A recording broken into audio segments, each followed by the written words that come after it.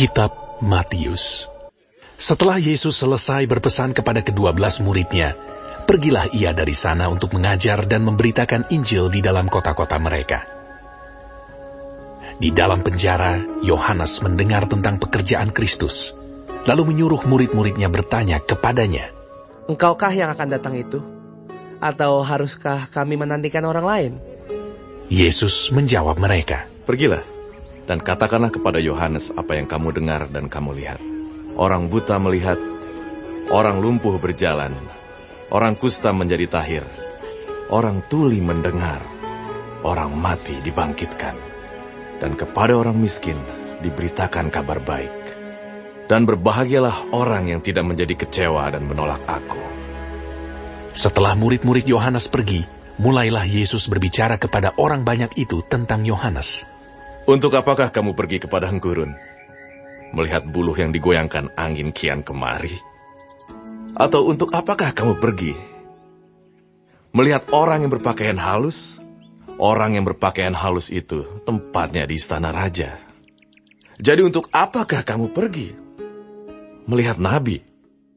Benar, dan aku berkata kepadamu, bahkan lebih daripada nabi.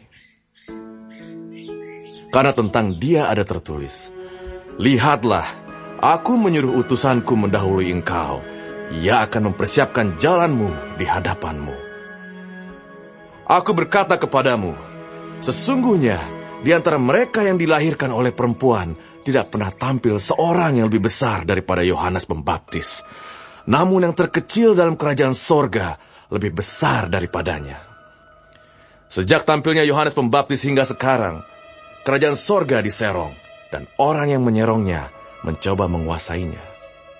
Sebab semua nabi dan kitab Taurat bernubuat hingga tampilnya Yohanes. Dan jika kamu mau menerimanya, ialah Elia yang akan datang itu. Siapa bertelinga, hendaklah ia mendengar." Dengan apakah akan kuumpamakan angkatan ini? Mereka itu seumpama anak-anak yang duduk di pasar dan berseru kepada teman-temannya, "Kami meniup seruling bagimu, tetapi kamu tidak menari. Kami menyanyikan kidung duka, tetapi kamu tidak berkabung. Karena Yohanes datang, ia tidak makan dan tidak minum, dan mereka berkata, 'Ia kerasukan setan.' Kemudian anak manusia datang, ia makan dan minum, dan mereka berkata, 'Lihatlah, ia seorang pelahap dan peminum, sahabat pemungut cukai dan orang berdosa.' Tetapi hikmat Allah dibenarkan oleh perbuatannya." Lalu Yesus mulai mengecam kota-kota yang tidak bertobat, sekalipun di situ ia paling banyak melakukan mujizat-mujizatnya. "Celakalah engkau, Korazim! Celakalah engkau, Betsaida!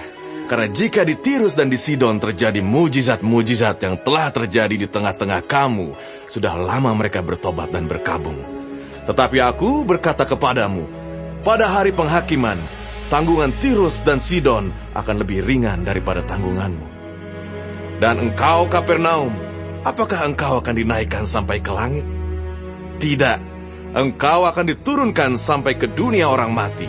Karena jika di Sodom terjadi mujizat-mujizat yang telah terjadi di tengah-tengah kamu, kota itu tentu masih berdiri sampai hari ini. Tetapi aku berkata kepadamu, pada hari penghakiman, tanggungan negeri Sodom akan lebih ringan daripada tanggunganmu."